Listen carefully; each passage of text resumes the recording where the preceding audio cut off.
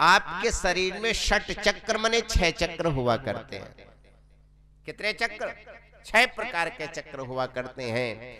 मूलाधार चक्र से लेकर के ब्रह्मरंध्र पर्यंत 6 प्रकार के चक्र हुआ करते हैं। जब तक उन 6 प्रकार के चक्रों को जागृत नहीं किया जाता, तब तक हमारी वैखरी, तब तक हमारे शब्द, तब तक हमारी क्रिया, तब तक हमारी इंद्रियां चैतन्य नहीं होती। उन इंद्रियों को चैतन्य करने के लिए, उस ज्ञान को खोलने के लिए इन षट चक्रों को खोलना पड़ता है। वो साधना से खुलता है। इसलिए 2 प्रकार के स्वर आपके शरीर में हमेशा चलते रहते हैं। एक को चंद्र नाड़ी कहा जाता है, एक को सूर्य नाड़ी कहा जाता है। 2 ही तो नासिका के छिद्र है, एक को सूर्य, एक को चंद्र। लेकिन इन दोनों नाड़ियों से संसार की क्रिया को कर सकते हो, परंतु भगवान को प्राप्त नहीं कर सकते हो। भगवत तत्व की प्राप्ति या ज्ञान की प्राप्ति जब भी हुआ करती है, तो इन दोनों नाड़ियों के बीच से जो सुषुम्ना नाड़ी दौड़ रही है, उस सुषुम्ना नाड़ी को जागृत किया जाता है। वही सुषुम्ना नाड़ी मूलाधार चक्र से लेकर के ब्रह्मरंध्र चक्र पर्यंत अपना कार्य किया करती है। इसलिए प्राणायाम किया जाता है।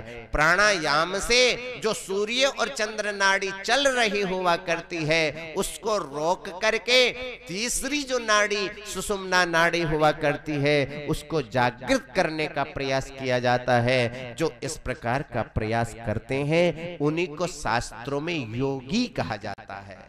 क्या कहा जाता है? योगी। वो योग आप लोगों के आहार विहार पर, आप लोगों के चिंतन के ऊपर टिका हुआ रहता है। आप जैसा जैसा आचरण करते चले जाते हो, वैसी वैसी तदनुकूल क्रिया बनती चली जाती हैं। इसलिए हम सब लोगों को कैसे बैठना चाहिए? आप कथा ऐसे सुनोगे, आप कथा ऐसे सुनोगे, तो सज्जनों वो मूलाधार चक्र खुलने वाला नहीं है। उसको खोलने के लिए उसी को कुंडलिनी जागरण कहा जाता है। क्या कहा जाता है? कुंडलिनी जागरण। कुंडली जागरण जिसका हो गया, स्वामी करपात्र जी महाराज, स्वामी श्री कृष्ण बोधाश्रम जी महाराज जैसे महापुरुष लोग संसार में रह करके परमात्मा भगवान शंकर का अंश बोला जाता है। श्री शंकराचार्य नवावतारम विद्वत वरेण्यम च यतीन्द्र मुख्यम कलौ युगे धर्म युग प्रवर्तकम वंदे सदा श्री करपात्रिणम गुरुम। वो शंकराचार्य भगवान के नवावतार, उनको क्यों बोला जा रहा है? क्योंकि उनकी कुंडलिनी जागृत है। और जिसकी कुंडलिनी जागृत है, कौन सा दर्द होता है?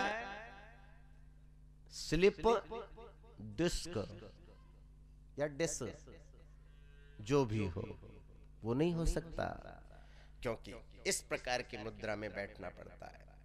ये मूलाधार जब भी जागृत किसी की नाड़ी होगी, जब भी सुषुम्ना नाड़ी का स्वाद लेना होगा, न ऐसे मिलेगी न ऐसे मिलेगी, अन्य मुद्रा में मिल ही नहीं सकती।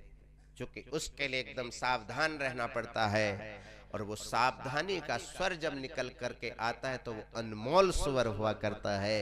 तब लगता है उस समय का किया गया ध्यान, उस समय का किया गया चिंतन, एक क्षण का चिंतन पूरे जीवन को बदल दिया करता है। इसलिए कैसे बैठोगे? घर में जब बैठो तो डल्लफ के गद्दे पर मत बैठना। किस पे बैठो? ये ऋषि और महर्षि पागल नहीं थे। धरती का आसन होता था और ऊपर कुशा बिछा लिया करते थे।